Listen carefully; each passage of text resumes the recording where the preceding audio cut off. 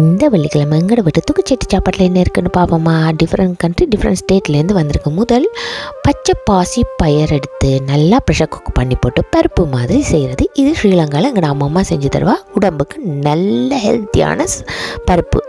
அடுத்தது வெந்தய கீரை அதோட பயிறு போட்டு செஞ்சேன் நான். இது நார்த் இந்தியன் ஸ்டைலில் ஒரு பச்சடி ஸ்டைலில் செஞ்சேன் நான்.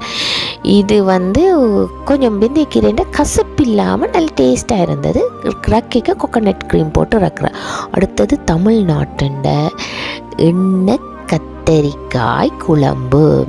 இது அடுத்த நாள் வச்சு சாப்பிட தான் இன்னும் டேஸ்ட்டாக இருக்கும். இப்போ கேரளா மாநிலத்தில் போய் பாவக்காய் மெசுபோடி என்று சொல்லி ஒரு பாவக்காய் கறி, கச்சலே இல்லாமல் பாவக்காய் சாப்பிட்றேன்டா கேரளா மாநிலத்தின் ரெசிபி தான்.